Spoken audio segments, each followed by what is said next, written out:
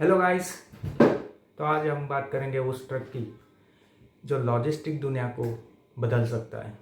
Welcome to Auto Explain 360।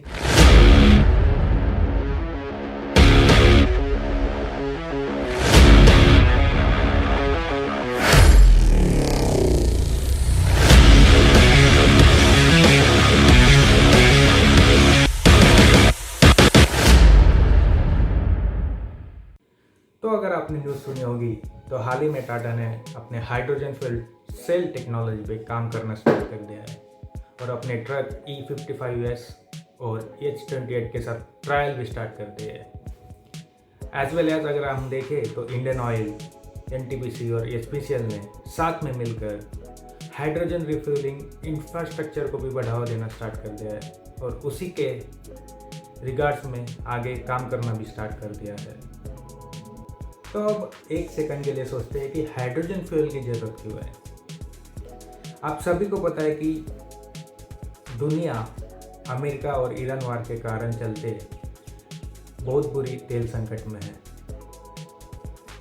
और अगर हम देखें तो भारत में रोज 50 लाख से भी ज़्यादा ट्रक्स रोड पर चलते हैं जो कि भारत का 40% डीजल कंज्यूम करते हैं।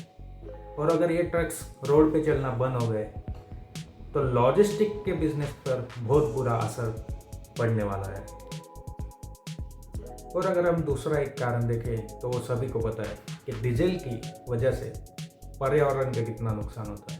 और अगर हम यही हाइड्रोजन ट्रक्स को देखें तो हाइड्रोजन ट्रक्स जीरो एमिशन करते हैं, वो काले धुएं की बजाय पानी निकालते हैं और एक फुल हाइड्रोजन टंकी में जो ट्रक चलते हैं वो 500 से 700 किलोमीटर चल सकते हैं जो कि डीजल के बराबर ही है।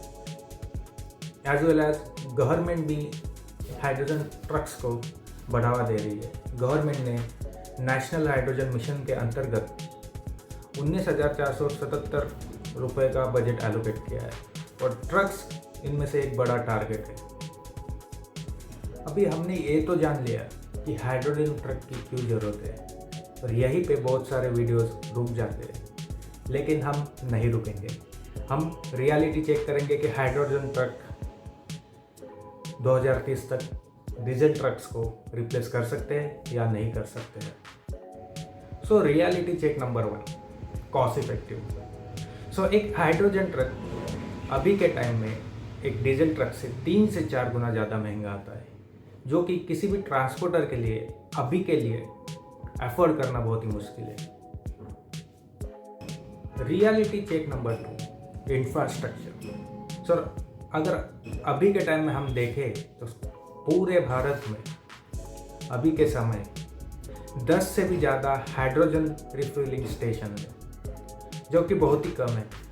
तो हमें हाइड्रोजन ट्रक से पहले इंफ्रास्ट्रक्चर पे ध्यान देना होगा, इंफ्रास्ट्रक्चर बढ़ाना होगा, तभी हम हाइड्रोजन ट्रक पे शिफ्ट कर सकते हैं।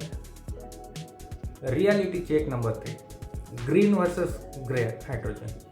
ये बहुत ही इंपॉर्टेंट पॉइंट है जो कि कोई नहीं बताएगा। अभी इंडिया में हम ग्रे हाइड्रोजन का प्रोडक्शन करते हैं जो कि फॉसिल फ्यूल से बनता है जो कि इमिशंस को पूरी तरह जीरो नहीं करता है। तो अगर हमें हाइड्रोजन ट्रक को बढ़ावा देना है तो पहले हमें ट्रूली ग्रीन हाइड्रोजन का प्रोडक्शन बढ़ाना होगा जो कि तो क्या 2030 तक हाइड्रोजन ट्रक्स डीजल को रिप्लेस कर देंगे? तो सिंपल आंसर है नहीं, क्योंकि ना ही अपने पास अभी इंफ्रास्ट्रक्चर रेडी है और ना ही हाइड्रोजन ट्रक्स डीजल ट्रक्स की तरह कॉस्ट इफेक्टिव है।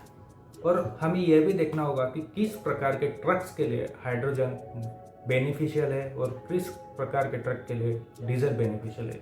जैसे कि ट्रक्स के भी बहुत सारे टाइप्स होते हैं, logistic, infrastructure, then dumper, right.